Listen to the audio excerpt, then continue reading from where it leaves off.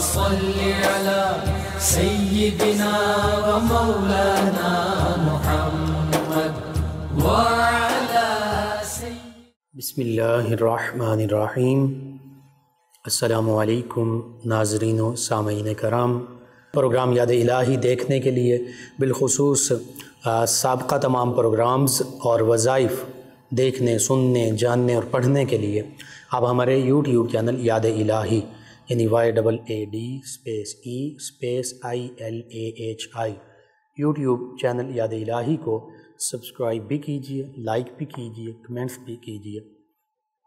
تاکہ یاد الہی کے مختلف پروگرامز اور وظائف سے آپ مکمل رہنمائی حاصل کر سکیں۔ جی ناظرین و سامعین، پروگرام یاد الہی میں روزانہ عظیم ہستیوں کے تذکارے پاک کیے جاتے ہیں، اور اس کے ساتھ ساتھ کچھ ایسے موضوعات پر گفتگو ہوتی ہے جن سے آپ کو رہنمائی حاصل ہوتی ہے۔ آج ایک عظیم ہستی انبیاء کرام، رسول اعظام علیہم السلام میں سے اللہ کے برگزیدہ پیغمبر سیدنا اسحاق علیہ السلام آپ کے تذکارے پاک ہوں گے۔ اس سے پہلے کتاب الشفا سے آج کا خاص وظیفہ چکن پاکس یعنی چیچک کا روحانی علاج، میڈیسنز کے ذریعے بھی علاج یعنی دوا کرنا، یہ بھی سنت نبوی ہے، اور دعا کرنا، اللہ کو یاد کرنا، روحانی علاج کا معاملہ اپنانا، دوا کے ساتھ ساتھ دعا، یہ بھی سنت نبوی ہے۔ تو دونوں علاج کیجئے۔ روحانی علاج جو ہے چکن پاکس کا، چیچک کا، وہ یہ ہے، ایک اس میں سب سے پہلا کہ ایک نیلا دھاگا لیں، اس پر 11 مرتبہ سورۃ الفاتحہ مع بسم اللہ الرحمن الرحیم کے، یعنی 11 مرتبہ سورۃ الفاتحہ پڑھنی ہے، بسم اللہ الرحمن الرحیم ہر مرتبہ شروع میں پڑھنا ہے۔ اس طرح پڑھیں کہ بسم اللہ کی آخر کی میم جو ہے یہ الحمد سے ملے، یعنی بسم اللہ الرحمن الرحیم الحمد للہ رب العالمین، اور ہر بار دم کر کے دھاگے کو گرا لگاتے جائیں، یعنی ایک دفعہ آپ نے پڑھا، پھونک مار دیں، دم کر دیں اور دھاگے کو ایک گرا لگا دیں۔ اسی طرح 7 بار 7 گرہیں لگا کر متاثرہ شخص کے گلے میں وہ دھاگا ڈال دیں، اور اپنی وسعت کے مطابق 1 یا 2 وقت کا کھانا بھی کسی ضرورت مند کو، محتاج کو، کسی فاقہ کش کو، مستحق کو کھلا دیں۔ انشاءاللہ اللہ نے چاہا تو اس بیماری سے شفا نصیب ہوگی۔ دوسرا روحانی علاج چکن پاکس کا یہ ہے کہ نیلا دھاگا لیں اور 1 مرتبہ سورۃ الرحمن پڑھیں۔ اس طرح پڑھنی ہے کہ جب فَبِأَيِّ آلَاءِ رَبِّكُمَا تُكَذِّبَانِ، جب آپ یہ پڑھیں گے، غالباً یہ 31 مرتبہ ہے سورۃ الرحمن میں، تو ہر مرتبہ پڑھ کر ایک گرہ دے دیں گے، وہ نیلے دھاگے کو پھونک بھی مار دیں گے، تو یوں 30 یا 31 گرہیں لگیں گی، اور 30 یا 31 مرتبہ ہی پھونک بھی مارنی ہے۔ انشاءاللہ یہ دھاگا جب آپ، چونکہ چکن پاکس عام طور پر بچوں میں ہوتا ہے، تو اس دھاگے کو بچے کے گلے میں ڈال دیں۔ اللہ رب العزت نے چاہا تو اپنے کلام پاک کی برکت سے شفا عطا فرمائے گا۔ اس کے ساتھ ساتھ آپ چاہیں تو سورۃ الرحمن صبح اور شام 3 مرتبہ وہ بھی مریض جو ہے اس کو سننے کے لیے دیں، خاموشی سے یکسوئی کے ساتھ سنیں، اور پھر 1 گلاس پانی موجود ہو، اس پر 3 مرتبہ تلاوت سورۃ الرحمن سننے کے بعد 3 مرتبہ اس پانی پر اللہ اللہ اللہ پڑھ کر دم کر دیں، پانی پی لیں۔ انشاءاللہ اللہ تعالی شفا عطا فرمائے گا۔ اور سورۃ الرحمن تو لا علاج بیماریوں سے شفا کا ذریعہ ہے، اور پوری دنیا میں بالخصوص پاکستان میں بھی ڈاکٹرز جو ہیں انہوں نے اس بات کا اعتراف کیا کہ جو لا علاج مریض ہوتے ہم ان کے لیے یہ سورۃ الرحمن ان کے لیے انہیں سناتے پورے وارڈ میں، تو وہ اللہ تعالیٰ کے اس کلام پاک کی برکت سے جلد شفا یاب ہو جاتے ہیں۔ اور حقیقت یہ ہے قرآن مجید فرقان حمید میں شفا ہی شفا ہے، وَنُنَزِّلُ مِنَ الْقُرْآنِ مَا هُوَ شِفَاءٌ وَرَحْمَةٌ لِّلْمُؤْمِنِينَ وَلَا يَزِيدُ الظَّالِمِينَ إِلَّا خَسَارًا۔ اللہ فرماتا ہے کہ یہ قرآن مجید فرقان حمید ایسی کتاب ہے، ہم نے اس میں شفا نازل فرمائی ہے، اور ایمان والوں کے لیے رحمت بھی، ہدایت بھی۔ ہاں اللہ فرماتا ہے کہ جو ظالمین ہیں، جو منافقین ہیں، مشرکین ہیں، کافرین ہیں، غیر مسلمین ہیں، قرآن مجید فرقان حمید پر ایمان نہیں لانے والے، ان کے لیے اللہ فرماتا ہے کہ وہ ظالم ہیں اور ظالموں کے لیے اللہ تعالیٰ خسارہ ہی بڑھاتا ہے، ان کے لیے گھاٹے ہی گھاٹے ہیں۔ بظاہر وہ اپنے آپ کو سمجھ رہے ہوں کہ ہم بڑے نفع میں ہیں، فائدے میں ہیں، بڑی عیش و عشرت میں ہیں، لیکن اللہ کا فرمان یہ ہمارے سامنے ہے کہ ظالموں کے لیے کسی قسم کا کوئی فائدہ نہیں ہے، کوئی بہتری نہیں ہے، بلکہ ان کے لیے گھاٹا ہی گھاٹا ہے، خسارہ ہی خسارہ ہے۔ بہرحال آپ کو ضرورت ہے، ضرور اس روحانی علاج کو کیجیے، اپنے معمول، اپنے اوراد و وظائف میں شامل کیجیے، اپنے اعزہ، اقربا، رشتہ دار، دوست، احباب، پڑوسی، محلے دار، امت مسلمہ تک پہنچائیے۔ میرے، آپ کے، ہمارے بتانے سے ہمارے کسی ایک بھی مسلمان بھائی، مسلمان بہن، مسلمان فرد، کسی مسلمان گھرانے، مسلمان بچے کا فائدہ ہوتا ہے تو انشاءاللہ یہ ہمارے لیے دین و دنیا آخرت میں بھلائی، فائدے، نجات اور شفا کا باعث ہوگا۔ اللہ سبحانہ و تعالی ہمیں آسانیاں عطا فرمائے، ہمیں آسانیاں بانٹنے والا بنائے، مشکلات سے ہماری حفاظت فرمائے، آمین۔ جی ناظرین و سامعین، سیدنا اسحاق علیہ السلام اللہ تعالیٰ کے برگزیدہ، چنیدہ، پسندیدہ، محبوب بندوں میں سے، اور عام لوگوں کی طرح نہیں، عام انسانوں کی طرح نہیں، بلکہ اللہ رب العزت نے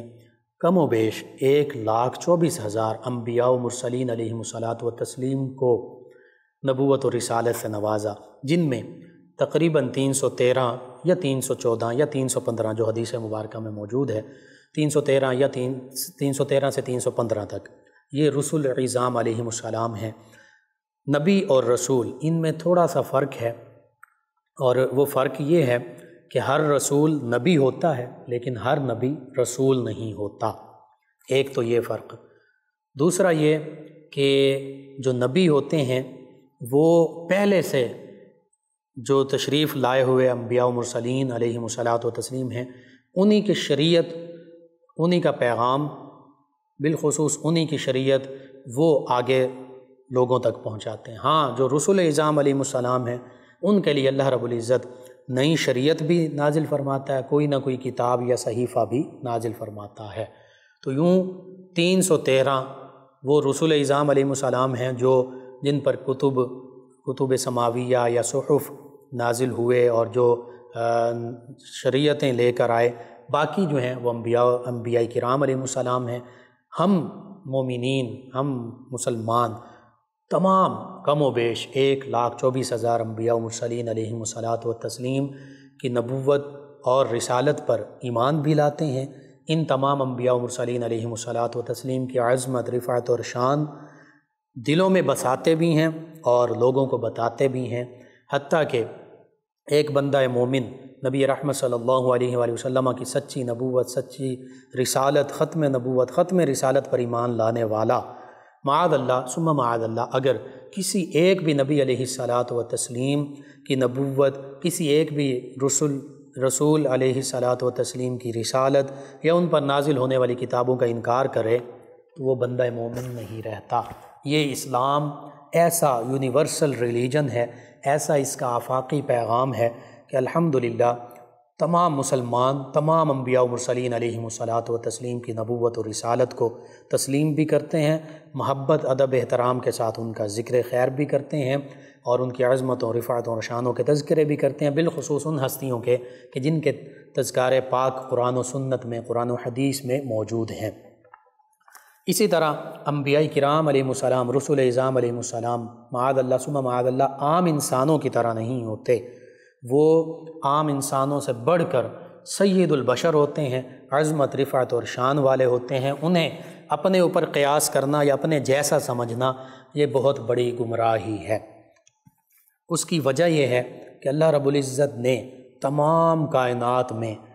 سیدنا آدم علیہ السلام سے لے کر آقا کریم صلی اللہ علیہ وآلہ وسلم تک اور تا قیامت تک، آپ اس پر تحقیق کر لیجئے، آج بھی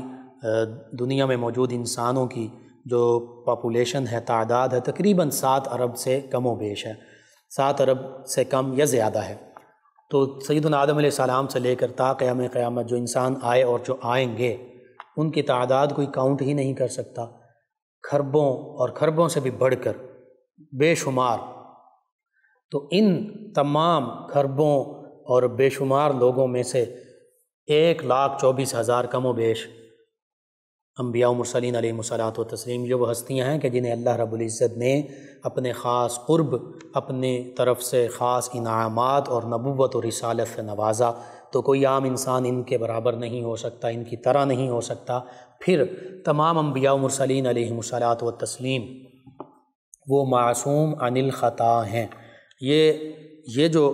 خصوصیت ہے، یہ جو امتیاز ہے، یہ جو وصف ہے، یہ جو خوبی ہے، یہ صرف اللہ رب العزت نے دو مخلوقات کو عطا فرمائی۔ ایک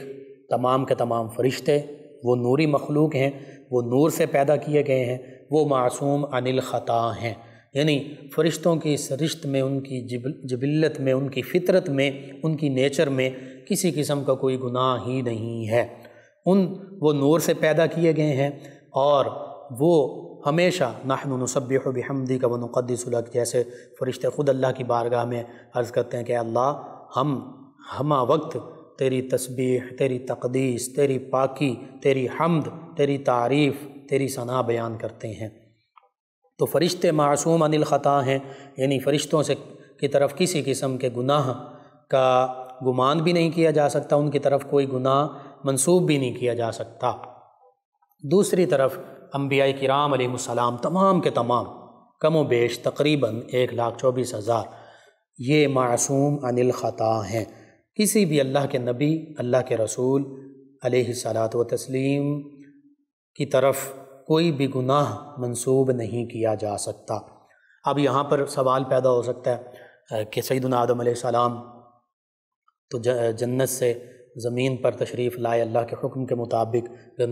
گندم کا یا جو بھی جس درخت کے کھانے سے منع کیا تھا اللہ تعالیٰ نے، انہوں نے کھایا۔ تو اس کا جواب قرآن مجید، فرقان حمید، احادیث مبارکہ، مفسرین، محدثین، علماء، اولیاء، صالحین، جمہور امت مسلمہ کے علماء نے یہی بتا دیا کہ وہ اللہ تعالیٰ کی مشیت تھی، اللہ کی مشیت کے مطابق، کیونکہ اللہ رب العزت نے فرمایا تھا وَإِذْ قَالَ رَبُّكَ لِلْمَلَائِكَةِ إِنِّي جَاعِلٌ فِي الْأَرْضِ خلیفہ، کہ اللہ فرماتا ہے پیارے حبیب صلی اللہ علیہ وآلہ وسلم آپ یاد کیجئے اس وقت کو جب آپ کا رب تمام فرشتوں سے، ملائکہ سے یہ فرما رہا تھا کہ بے شک میں زمین میں اپنا خلیفہ مقرر کروں گا، یعنی انسان کو زمین میں اپنا نائب، اپنا خلیفہ بناؤں گا، خلیفۃ الارض۔ تو اب یہ آیت مبارکہ یہ سیدنا آدم علیہ السلام کی تخلیق کے حوالے سے فرشتوں نے عرض کیا کہ یا باری تعالیٰ انسان جو ہے یہ زمین پر فساد کرے گا اور معاملات، تو اللہ رب العزت نے فرمایا نہیں، میں انسان کو اپنا خلیفہ بناؤں گا، اور زمین پر فی الارض کا ذکر موجود ہے، تو یہ تو اللہ کا حکم تھا، اللہ کی رضا تھی، اللہ کی مشیت تھی، اللہ کی مشیت تھی۔ اللہ چاہتا یہی تھا کہ انسان جن میں سب سے اول بشر اور سب سے پہلے نبی اور رسول بھی، جیسے آقا کریم صلی اللہ علیہ وآلہ وسلم نے فرمایا کہ اول الانبیاء آدم وآخرهم محمد صلی اللہ علیہ وآلہ وسلم، کہ سب سے پہلے نبی اللہ کے وہ سیدنا آدم علیہ السلام ہیں، اور سب سے پہلے انسان بھی سیدنا آدم علیہ السلام ہی ہیں۔ اسی لیے آدم ہی سے تمام انسانیت، آدمی، ہم اپنے آپ کو آدمی کہتے ہیں، آدم سے یہ بنا، اور چونکہ وہ پہلے انسان ہیں تو انہی سے پھر انسانیت، تمام بنی نوع انسان۔ اسی طرح سیدنا آدم علیہ السلام ابو البشر بھی ہیں، تمام انسانوں کے باپ بھی ہیں۔ تو اب یہ اللہ تعالیٰ کی مشیت تھی کہ سیدنا آدم علیہ السلام وہ درخت میں سے کھائیں، اور پھر اس کے بدلے میں انہیں زمین پر بھیجا جائے اپنا خلیفہ بنا کر۔ تو یہ اللہ کی مشیت کے مطابق تھا۔ معاذ اللہ ثم معاذ اللہ، اس کو سیدنا آدم علیہ السلام کا گناہ نہیں سمجھنا چاہیے، نہ کہنا چاہیے، یہ بہت بڑی جسارت ہے، کیونکہ تمام انبیاء و مرسلین علیہم الصلاۃ والتسلیم معصوم عن الخطا ہیں، گناہوں سے، خطاؤں سے معصوم ہیں، جیسے فرشتے معصوم عن الخطا ہیں۔ ہاں، فرشتوں اور انبیاء کرام علیہ السلام کے سوا کوئی مخلوق ایسی نہیں جو معصوم عن الخطا ہو۔ ہاں، اللہ رب العزت اپنے فضل سے جسے چاہے محفوظ عن الخطا بنا سکتا ہے، یعنی صحابہ کرام، اہل بیت کرام، اولیاء کاملین، صالحین، ان کے حوالے سے یہ ہستیاں بڑی عظمت، رفعت اور شان والی ہیں، لیکن اہل بیت اطہار ہوں، صحابہ کرام ہوں، اولیاء کاملین، صالحین ہوں، یہ معصوم عن الخطا نہیں ہیں۔ ہاں، اللہ چاہے تو انہیں محفوظ عن الخطا رکھتا ہے، یعنی خطاؤں سے، گناہوں سے محفوظ فرما دیتا ہے، معصوم نہیں ہے۔ تو سیدنا اسحاق علیہ السلام ان ہستیوں میں شامل ہیں جو اللہ کے برگزیدہ بندے ہیں، جنہیں اللہ تعالیٰ نے اپنی طرف سے نبوت و رسالت کے لیے چن لیا، جنہیں اللہ رب العزت نے لوگوں کی اصلاح کے لیے، لوگوں کی بھلائی کے لیے، لوگوں کی بہتری کے لیے، لوگوں کی رہبری اور رہنمائی کے لیے منتخب فرما لیا۔ سیدنا اسحاق علیہ السلام وہ ہستی ہیں کہ آپ جد الانبیاء اور خلیل اللہ، انبیاء کرام علیہ السلام کے اجداد، اور آقا کریم صلی اللہ علیہ وآلہ وسلم کے بھی جد امجد، اور اللہ کے خلیل، اللہ کے گہرے دوست سیدنا ابراہیم علیہ السلام کے صاحبزادے ہیں۔ سیدنا ابراہیم علیہ السلام کے پہلے صاحبزادے سیدنا اسماعیل علیہ السلام ہیں، جن کی ولادت باسعادت سیدنا ابراہیم علیہ السلام کی جب عمر مبارکہ تقریباً 86 برس تھی اس وقت ہوئی۔ اس کا ذکر بھی قرآن مجید فرقان حمید میں تفصیل کے ساتھ موجود ہے۔ اسی طرح اور سیدنا اسماعیل علیہ السلام کی والدہ مائدہ سیدہ ہاجرہ رضی اللہ عنہا ہیں وسلام اللہ علیہا، اور سیدنا اسحاق علیہ السلام یہ دوسرے صاحبزادے ہیں، ان کی والدہ مائدہ سیدہ سارہ رضی اللہ عنہا وسلام اللہ علیہا ہیں۔ اب ان کی جب ولادت باسعادت ہوئی، وبشرناہ باسحاق نبیا من الصالحین، اللہ رب العزت سورۃ الصافات میں 23ویں پارے میں ارشاد فرماتا ہے کہ ہم نے انہیں یعنی سیدنا ابراہیم علیہ السلام کو اسحاق علیہ السلام کی بشارت دی، اور یہ بھی بتایا کہ وہ صالحین میں سے ہوں گے اور اللہ کے نبی ہوں گے۔ تو اللہ رب العزت تو اپنے نیک بندوں کو ان کے شہزادے، ان کے صاحبزادے ہونے کی بشارتیں بھی عطا فرماتا ہے، یعنی انبیاء کرام علیہ السلام کی ولادت باسعادت کے تذکرے قرآن مجید فرقان حمید میں بطور بشارت ارشاد فرما رہا ہے، اور ساتھ ہی اللہ رب العزت یہ بھی فرما رہا ہے کہ یہ اللہ کے نیک بندوں میں سے بھی ہیں، اور کیوں نہ نیک ہوں، کیونکہ یہ اللہ کے نبی بھی ہیں۔ تو انبیاء و مرسلین علیہم الصلاۃ و تسلیم تمام کائنات میں، اللہ کی تمام مخلوقات میں سب سے افضل و اعلیٰ ہستیاں ہیں، سب سے برتر و بالا ہستیاں ہیں۔ پھر اسی سورۃ صافات میں اور دیگر صورتوں میں بھی سیدنا اسحاق علیہ السلام کے تذکرے جا بجا موجود ہیں۔ سورۃ الانبیاء میں، اسی طرح دیگر صورتوں میں سیدنا اسحاق علیہ السلام کا ذکر مبارک موجود ہے۔ اب ان کی ولادت باسعادت جب ہوئی اللہ تعالیٰ کے حکم کے مطابق، بشارت کے مطابق، اس وقت سیدنا ابراہیم علیہ السلام کی ظاہری جو حیات مبارکہ تھی، وہ عمر مبارکہ جو تھی وہ تقریباً 100 برس تھی، اور قرآن مجید فرقان حمید میں ان کی ولادت باسعادت کے حوالے سے تفصیل کے ساتھ موجود ہے۔ اس کا معنی، مفہوم اور خلاصہ کچھ یوں ہے کہ غالباً جبریل امین علیہ السلام یا اللہ کے کوئی اور فرشتے وہ سیدنا ابراہیم علیہ السلام کی بارگاہ میں حاضر ہوئے اور آ کر یہ عرض کیا کہ اے خلیل اللہ، اے اللہ کے دوست، اللہ رب العزت نے آپ کو ایک صاحبزادے ہونے کی خوشخبری عطا فرمائی ہے، اور سیدہ سارہ رضی اللہ عنہ سیدنا ابراہیم علیہ السلام کی دوسری زوجہ مطہرہ، وہ بھی یہ سماعت کر رہی تھیں، وہ بھی عمر رسیدہ تھیں، زیادہ عمر کی تھیں، تو وہ مسکرانے لگیں، اور فقال انی عقیم، یہ بھی لفظ موجود ہیں قرآن مجید فرقان حمید میں کہ یہ کہا گیا کہ سارہ جو ہیں یہ تو عقیم ہیں، بانجھ ہیں، اور یا عمر ان کی زیادہ ہو چکی ہے، یا سیدنا ابراہیم علیہ السلام نے اپنے بارے میں فرمایا کہ میری عمر تو زیادہ ہو چکی ہے۔ تو اللہ رب العزت کے حکم کے مطابق وہ اس فرشتے نے یہی عرض کیا کہ اللہ تعالیٰ کی طرف سے یہ آپ کے لیے بشارت ہے، خوشخبری ہے۔ تو اللہ رب العزت ان اللہ علی کل شیء قدیر، وہ تو ہر چیز پر قادر ہے۔ اس نے چاہا تو سیدنا آدم علیہ السلام کو بن ماں اور بن باپ کے پیدا فرما دیا، اس نے چاہا تو سیدنا عیسیٰ علیہ السلام کو بن باپ کے پیدا فرما دیا، وہ چاہے اللہ رب العزت قرآن مجید فرقان حمید میں فرماتا یہب لمن یشاء اناثا ویہب لمن یشاء الذکور او یزوجہم ذکرانا واناثا ویجعل من یشاء عقیما۔ ان آیات بینات کا مختصر سا ترجمہ اور مفہوم یوں ہے، اللہ فرماتا کہ اللہ جسے چاہے بیٹے عطا فرما دے، وہ جسے چاہے بیٹیاں عطا فرما دے، اور جسے چاہے بیٹے اور بیٹیاں دونوں عطا فرما دے، اور جسے چاہے بانجھ بنا دے، یعنی بیٹے اور بیٹیاں دونوں ہی عطا نہ فرمائے، کیونکہ اللہ رب العزت ہر چیز پر قادر ہے۔ تو اللہ رب العزت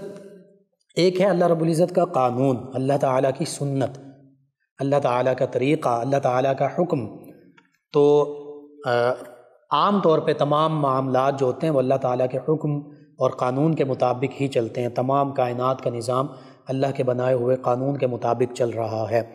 اس میں عام طور پر کسی قسم کی تبدیلی نہیں ہو سکتی۔ لیکن اللہ رب العزت جب چاہے اپنی قدرت کاملہ سے اپنے نبی علیہ السلام کے معجزے کا ظہور فرما دے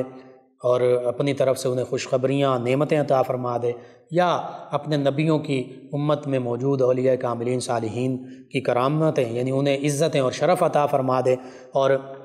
ایسی ایسی باتوں کا، ایسی ایسی چیزوں کا ظہور ہو جائے جو اللہ کے ولیوں کے لیے کرامت ہو، عزت اور شرف ہو، جو اللہ کے نبیوں کے لیے معجزہ ہو، عقل کو عاجز کر دینے والی چیز ہو، اور جو اللہ تعالیٰ کی قدرت کاملہ ہوتی ہے حقیقت میں۔ یہ اللہ تعالیٰ ہی اپنے نبیوں کو، اپنے ولیوں کو شانیں، رفعتیں، عظمتیں، بشارتیں عطا فرماتا ہے۔ تو اللہ رب العزت تو ہر چیز پر قادر ہے۔ اللہ رب العزت کی جب قدرت کاملہ کا ظہور ہوا تو 100 سال کی عمر میں سیدنا ابراہیم علیہ السلام کو اللہ تعالیٰ نے سیدنا اسحاق علیہ السلام جیسے صاحبزادے سے نوازا۔ سیدنا ابراہیم علیہ السلام اور سیدہ سارہ سلام اللہ علیہا جو بظاہر ان کی عمر وہ اس عمر میں پہنچ چکی تھیں کہ بظاہر اولاد نہیں ہو سکتی تھی، لیکن اللہ تعالیٰ نے جب نوازا تو ان ہستیوں نے اللہ رب العزت کی بارگاہ میں حمد پڑھی، یعنی اللہ تعالیٰ کی تعریف اور ثنا بیان کی، اللہ تعالیٰ کا شکر ادا کیا اور خوشی کا اظہار کیا کہ اللہ تعالیٰ نے ہمیں اس عمر میں بھی بیٹے کی دولت سے، بیٹے کی نعمت سے نوازا، اس خوشخبری سے نوازا۔ تو یوں اس سے یہ پتہ چلتا ہے کہ اللہ رب العزت کی قدرت کاملہ سے مایوس نہیں ہونا چاہیے۔ اللہ تعالیٰ کی طرف سے انعامات، اللہ کی عنایات، اللہ کی عطاؤں سے مایوس نہیں ہونا چاہیے۔ ہمہ وقت اللہ پر کامل یقین رکھنا چاہیے، بھروسہ رکھنا چاہیے، اللہ کی بارگاہ کی طرف متوجہ رہنا چاہیے، اور کسی بھی چیز کو اللہ رب العزت کی بارگاہ کے حوالے سے ناممکن نہیں سمجھنا چاہیے۔ ہماری دانست میں، ہماری سوچ میں کوئی چیز ناممکن ہو سکتی ہے، لیکن اللہ رب العزت تو ہر چیز پر مکمل قدرت رکھتا ہے، اختیار رکھتا ہے۔ اللہ تعالیٰ سے بڑھ کر کون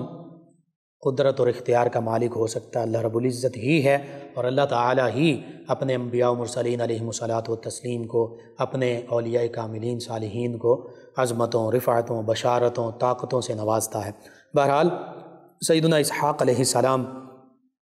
یہ چونکہ سیدنا اسماعیل علیہ السلام اور سیدہ ہاجرہ سلام اللہ علیہا یہ مکۃ المکرمہ میں رہتے تھے، سیدنا ابراہیم علیہ السلام نے اللہ کے حکم کے مطابق انہیں مکۃ المکرمہ میں چھوڑا، اور وہ بے آب و گیاہ وادی جہاں زراعت بھی نہیں تھی، بوادی غیر ذی زرع، قرآن مجید فرقان حمید میں جو ذکر ملتا ہے، وہاں اللہ کے بھروسے پر چھوڑ کر آئے کہ اللہ رب العزت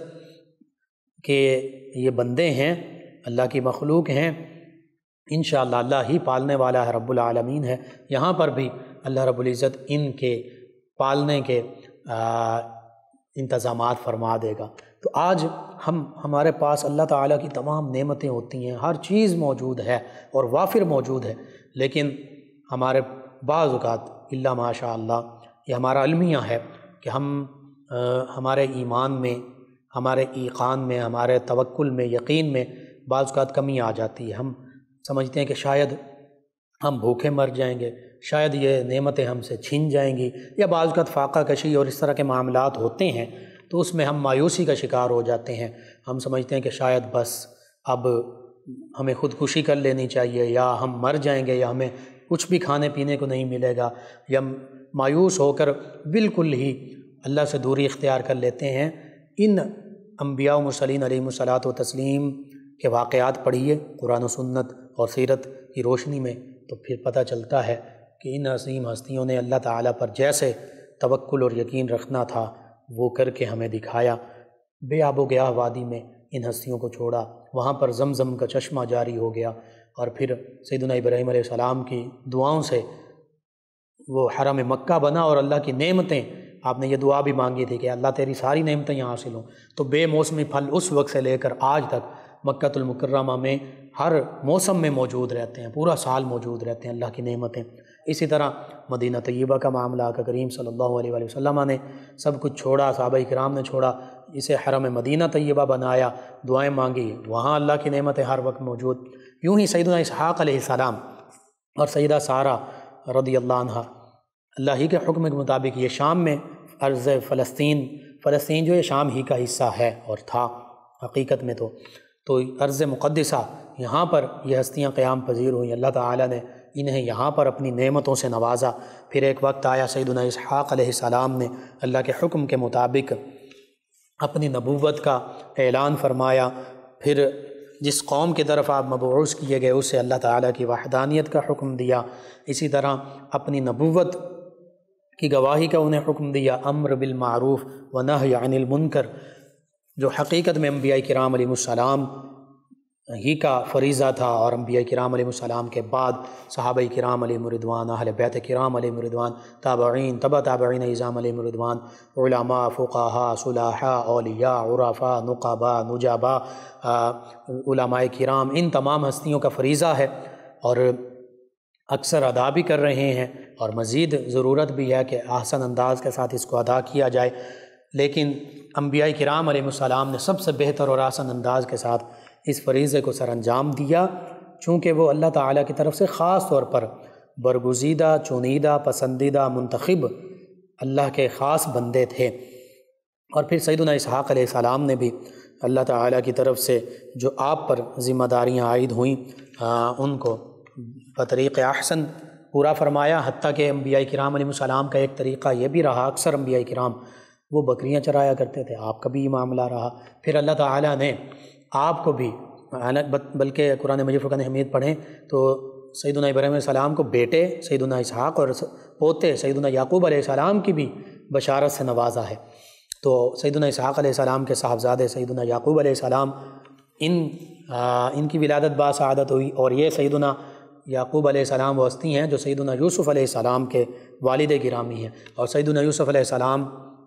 کے بارے میں آقا کریم صلی اللہ علیہ وآلہ وسلم نے فرمایا تھا کہ وہ کریم ابن کریم ابن کریم ابن کریم ہیں، یعنی سیدنا یوسف علیہ السلام بھی بڑے عظمت رفعت شان والے ہیں، اللہ تعالیٰ کی طرف سے انہیں